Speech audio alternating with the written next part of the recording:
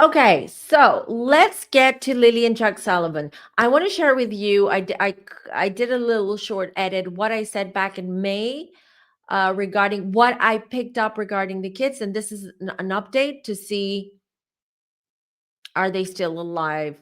Can I get some more information? What's going on right now? So let me share this with you guys. Well, give me a second. Here we go.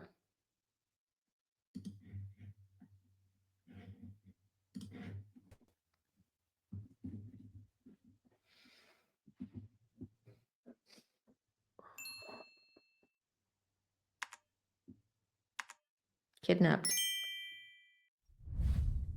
Kidnapped, and what's worse, this wasn't a rando, meaning some sicko that wanted to do kidnaps. This is someone they know, someone who they trusted, or someone they know, whether it was a neighbor. But I'm seeing abduction. It feels like an abduction, and I can tell you this, Jack, Lilly, I'm worried about. Her energy is very, very faint. Jack is stronger.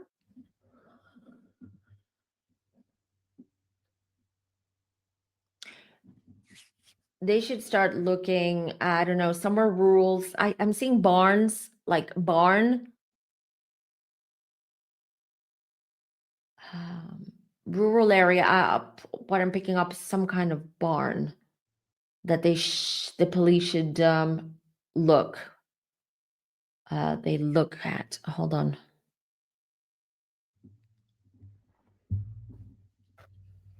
Jack is wearing blue, some kind of jean jacket, or it seems like a jean jacket, or like a blue jacket that resembles like a jean jacket.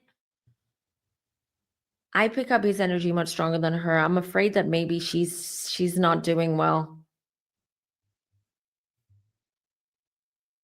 But they're alive. They're alive. That's all I can tell you. I need to meditate and connect in peace. Like what I'm gonna do is, like, once I get off, I will try to connect to them, because right now it's just I'm on camera and I can kind of like feel the chat's energy. Not kind of, like, I feel your energy in the chat.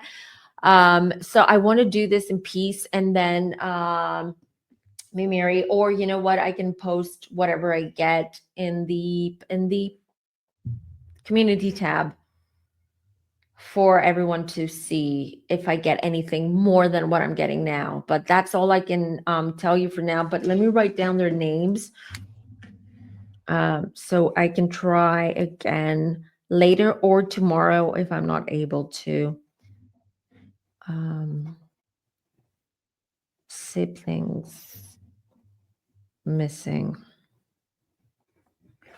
Oh, Father, I don't know, but definitely it was a male. It's a male figure. I'm getting a male figure, someone they know, someone they somewhat trusted has done this to them. And there's somewhere rules somewhere where it's a barn, but it looks like a derelict, like maybe it's an abandoned barn, some kind. But I do see some animals around, chickens mostly. It seems abandoned, or like, just completely neglected. All right, so news, not good. Not good.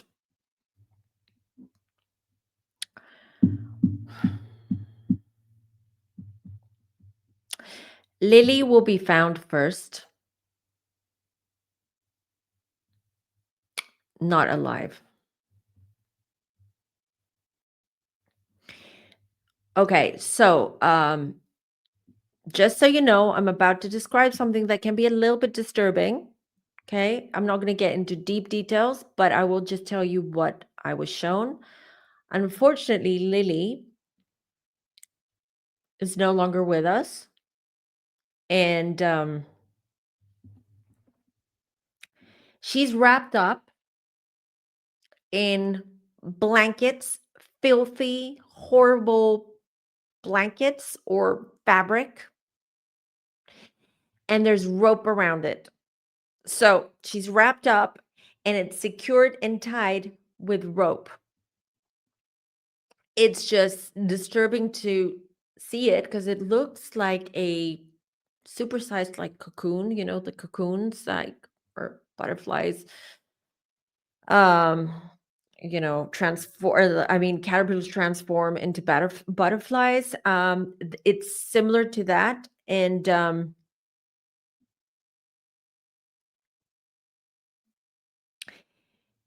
she'll be found first. But she's no longer with us. She hasn't been with us since August, end of July, August.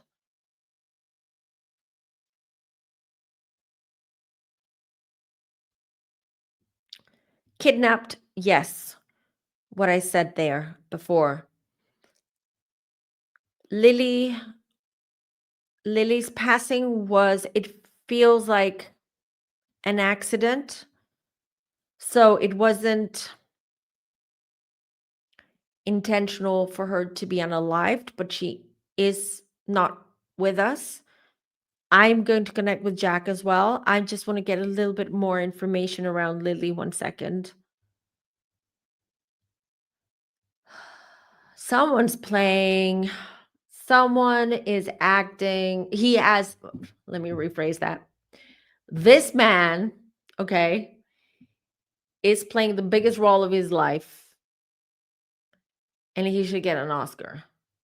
Oh, this is what I'm getting. I'm seeing two males around the mom that are highly, highly suspicious to me. One is the boyfriend, stepfather or boyfriend. I don't know if they were married, doesn't matter. And the other one is another relative. I heard cousin. Don't know if it's his cousin or her cousin. That's not made clear to me. I heard cousin. Could be his, could be hers. These two men, to me, are highly suspicious. Do not like their energy at all. The cousin now,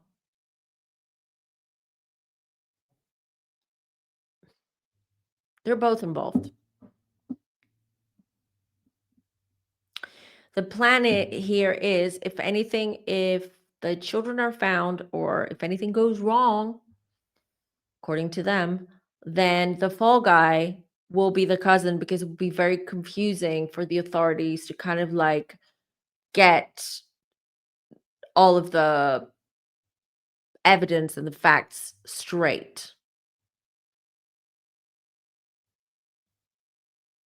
If anyone is watching this and they have access to, or they can talk to the family or the mom or the authorities, please tell them to check out this cousin guy.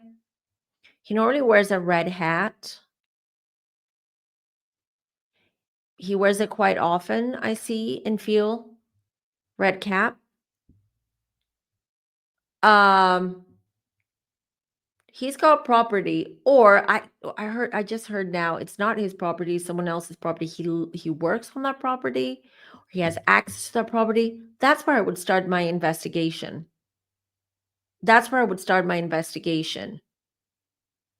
Who's the car mechanic or engineer who has a love for cars? One of the two or both, the men. I'm just leaving clues here. I'm just telling you what I'm seeing. These are all big, big clues here.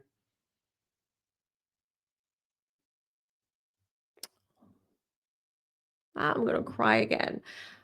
You know what? As much as I hate doing these when it involves children, because it's so disturbing and so hurtful, I have to do these things, right? I have to do these readings because we need to know the truth and we need to see if we can save them. But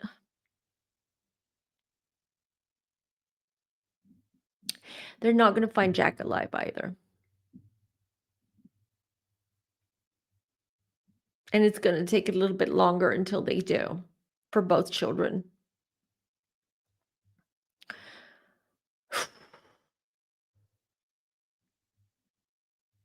Someone's very perverted. That's what I'm going to say. Someone's super perverted here. Very sadistic and perverted. And both, I want to say, but yes, stepfather evil, cousin more evil. I don't even know if they're related or they call each other cousins because this is what I just got. Maybe they're childhood friends and they call each other cousins because they look sort of alike or they act similar, but cousin is the big clue here. But I don't think they will, not I don't think, I know they will never find those children alive.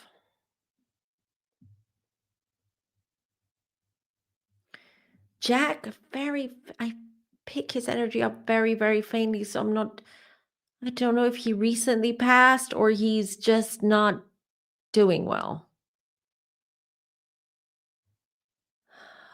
But what I am getting is he's not gonna survive this. It's been too long. It's been too long. If if they were able to hone in and find them like June, July, they would have found both children alive.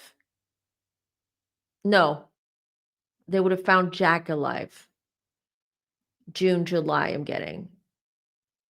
Jill, Jill, Lily, Jack and Jill. Lily, pardon me. She passed soon after the abduction. When I mean soon after, a few weeks after. I wish I had better news.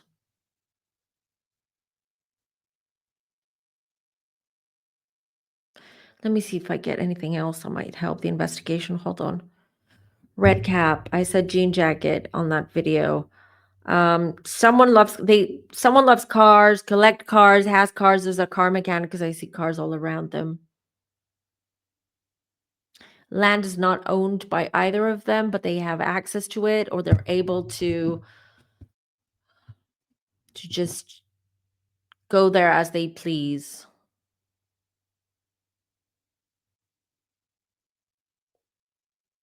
The mom is what? Look, okay. I don't know anything about this. Again, I'm going in blind as I did on that previous video. But I don't feel like the mom is doing enough for some reason. Is she I feel she's scared. She's scared. She is afraid of maybe him, the boyfriend slash husband. She's not doing enough, in my opinion. Maybe she's too afraid because she doesn't want him to for him she doesn't want her to to maybe show him that she's suspecting him because she hopes that he might slip up or something might come up or something, but she's not doing enough for those children. She's not, unfortunately. Oh, did I say this last time? Okay. That's what I'm getting. She's not, yeah. She should do a lot more. If these were my children, oh Lord, I wouldn't sleep. I'd be like a crazy fiend out there trying to find them no matter what. Like I wouldn't stop. I wouldn't stop. But yes, unfortunately they do. And these are unfortunately contracts that they've made with the ancestors and their guides and the whole council. These are contracts. They have to, and sometimes I want to say this. For instance, let's take the example Lily and Jack and the stepfather. All right. It's not necessarily it sometimes it's not his contract. So his contract doesn't necessarily say you're going to be an evil man and you're going to harm these children, you're going to unalive them and torture them and do other horrible things to them. Sometimes it is in the children's contract that this is going to happen and he steps in and he takes on that role. His soul steps in and says, okay, I'm going to be the one doing this. I'm going to take this role. I'm going to be the abusive, kidnapping, unaliving father, stepfather to them, because I need to help them with their contract and for them to reach that next level and that higher level, if that makes sense to you. So I'm not saying he's lesser evil. I'm just saying on a soul level, and when it comes to soul contracts, it's not necessarily that the perpetrator or the one who's the evil or the bad guy is the one who said, that's going to be my contract. I'm going to unalive people. I'm going to harm women. I'm going to harm children. I'm going to harm animals. Sometimes they take on this role to facilitate and help the other soul fulfill that contract.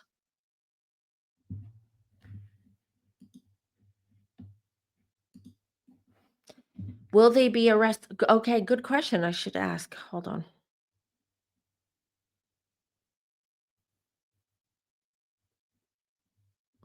The fall guy will, which is the cousin. Well, he's not really the fall guy because they're both in on it. But the cousin, whatever they call the cousin, maybe that's his nickname. They they I can hear him and they call him cousin. Spirit calls him cousin. And I believe it's either a nickname or he is a cousin or they call each other cousin, the stepdad and him. What would this ever be? Because I believe the stepdad is a good. He knows how to act. What would this ever be in someone's contract? This is pure evil. How would this be allowed in humanity? The same way as the mustache guy from 1939 was around, the same as historically, look at all of these evil people, like anyone who's created a genocide. Not, you know who I'm talking about, okay? Because we're not going to switch it to that. We're not going to switch to political discussion, but anyone who, Mussolini, another example, another dictator from the 30s, 20s, and 30s, all of these people have, we need good and bad on this earth. That's why we're here. We need this yin and yang. We need the light and the dark. This is how we grow. This is how we learn. This is how we ascend. This is why we decide to come to earth. So we need people, souls, to take on the evil part, the bad part. Some of them are really low vibrational and they have to do really evil stuff here for them when they go to the spirit world, when they cross over, because that helps them get out of that low vibrational level and start working themselves up. So it is part, that's why we're here. We need the good and the bad. It's always a balance in life. Good, bad, left, right, forward, backwards. It's everything. There's this, it's, I know it's hard, so hard to grasp, especially when something evil happens to someone that you love and care for. It's so hard to grasp that a soul has decided to reincarnate on earth to harm other beings, right? But we need that as a collective. We need it.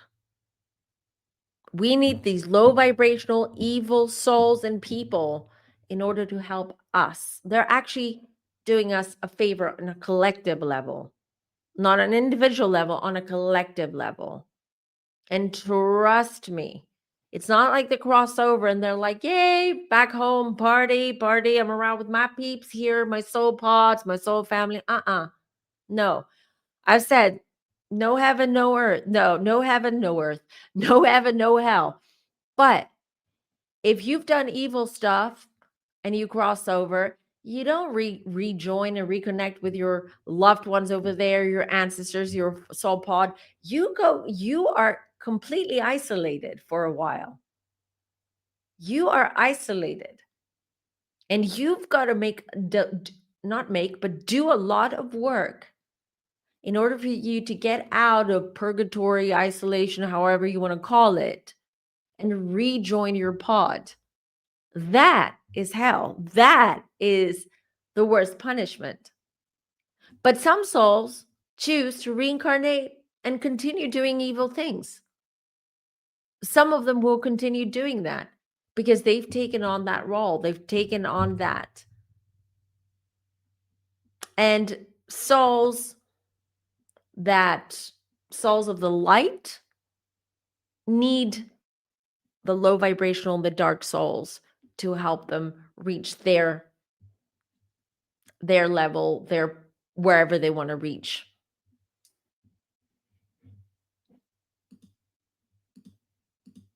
I have no idea where their biological dad is. I don't think the biological dad was around when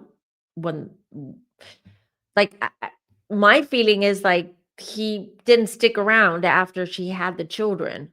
But I don't know. I don't receive that information.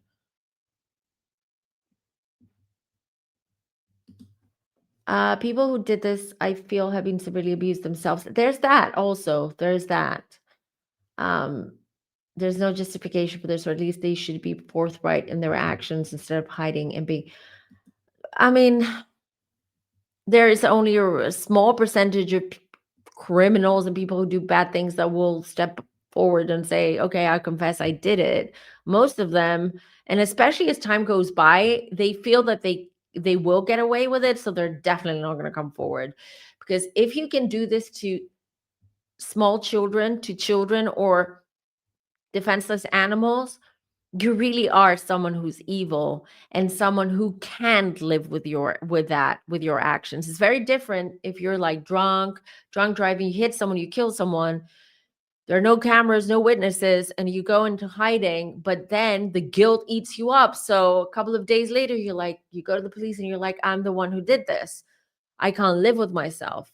But these types of people, these souls don't have the same, they don't have that. They don't have this moral compass and this understanding that taking someone's life is something evil. They only see it, they don't see it as evil. Look at Bundy, look at all the serial killers. They don't. They get caught and they still stand by what they did because they believe that they did something in their minds. What they did was for the greater good, for their own good, for whatever it was, right? They will excuse themselves for that and they're evil for that, but they can live with themselves. So they're not going to come forward and say, hey, I did it. No. So, and yes, they're hiding because they feel now it's been 6, 7 months since they got abducted. Well, they feel that they can get away with it. So life goes on for them. And it's not being cowardly. Why would they risk confessing, like if they feel that the chances are that they might not get caught, which they will. I'm just saying.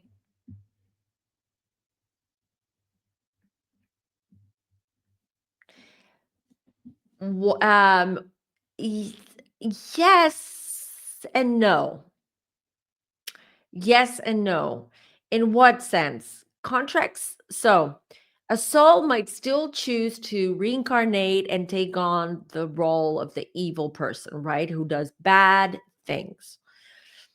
But if collectively the world has changed and we're vibrating and we're in 5D, or we're vibrating on a much higher frequency and there's a lot more love going around instead of hatred and discourse as there is now, then what happens is collectively, energetically, spiritually, we can actually prevent from these things from happening. Yes, but it doesn't mean that there are less contracts. The same amount of contracts or same amount of souls might still choose to take this path and do these deeds, right? But if collectively we change the world and the vibration, the overall collective vibration, then we can actually prevent these things from happening, even if they are in their contract. And what will happen is they will start exiting this world. They might start unaliving themselves. Accidents might happen, things might happen, and then they will have to exit and leave this world, go back to the spirit world, and regroup and figure out what they want to do. What have they learned, and where are they in the rankings of the spirit world and the hierarchy of the spirit world? Did the stepdad do this to the kids when he was with the mom in the home? Did she know? I feel the mom suspects. And that's why I feel that she's not doing enough. I feel it's out of fear. Uh, I don't I don't see her witnessing something. She's definitely witnessed in the past, like the way he's treated those children, the way he spoke to those children. Um, but she suspects, but I feel she's also a little bit in denial. You know, the longer it takes for them to find the bodies of those children, the more she's in denial as well that she might think I believe she might think that they'll be found alive and there will he might regret what he did and the kids will show up at some point and everything will be fine. This is what I'm getting with the mom. But trust me, once they get caught and once the children are found, oh Lord, she's gonna there I see a lot of dramatics, but I don't 100%. I do feel bad for her because she is a mom and these are her children, but to me, you did not protect those children. You did not protect these children. I understand for single moms, it's very hard to find companionship, a partner, someone to share your life with, someone to share the bills with, someone to share responsibility with. But don't it's just to me, I don't understand these women and these moms that will just take on any man just because they love bomb them or they feel a false sense of security and will have them around their children from day one. You don't know this person. Why is this person around your children in your home? Like, give it some time, give it some time. Make sure that you know this person. Make sure that you know that this person's safe to be around your children. Maybe I'm seeing things warped. I'm just saying, I don't care even if I was single like 10 years, I was desperate to find a man because I need companionship, but I wouldn't bring anyone around my children. I wouldn't bring anyone in my house. Unless I know them very, very, very well and I trust them. But it would take a long, long time. So I just don't understand. So she's at fault because she put those kids in danger. The same goes with any other child, any of these big cases of missing children out there that we know of that the boyfriend harmed the child or a friend or a boyfriend or a lover or a husband or someone abducted or did something to the children. Unfortunately, the moms are at fault. Yes, I'm harsh, but they are. They are. And if you see even an amber flag, not a red flag, amber flag, that should be enough for you to say, stay away from my children.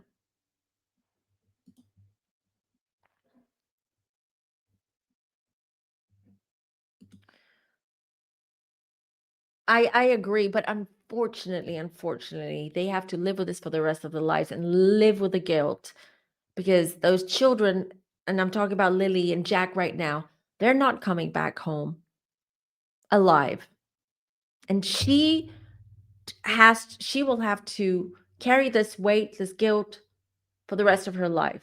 And I agree that some women have their own trauma, but and I agree some people are not educated enough to know that there are resources and free resources out there that they can help them. Um, but we live in 2025. There are resources, there's a ton of things out there online even that can help you if you're suffering, if you have trauma, and especially when you have children. The amount of therapy I did when I had my daughter, my firstborn, because all of these things, my mommy issues just like boom, and I was like, I don't want to carry trauma. I don't want to carry trauma. I need to heal my inner wounded child. I do not want to dump my trauma onto my children. So I did a lot of therapy and a lot of work and somatic work as well in order for me to be the best version of myself as a mom for my children. And it is constant work. As you know, if you're moms, you all know what I mean. It's constant. We constantly have to work on ourselves for our children, for ourselves, but for our children. Because I could never have any amount of rhyme. Exactly. It's hard. Exactly. You don't know people's intentions. You just don't want, and sometimes the children themselves, children are super intuitive and they pick up on things that we can't, because if we're in love, if we're all like, love bombed and flattered and all that, we might miss some of the flags, the amber and red flags. But the children, let me tell you, some of the children don't want certain men around them for a reason as well. So we have to also listen to our children and what they say.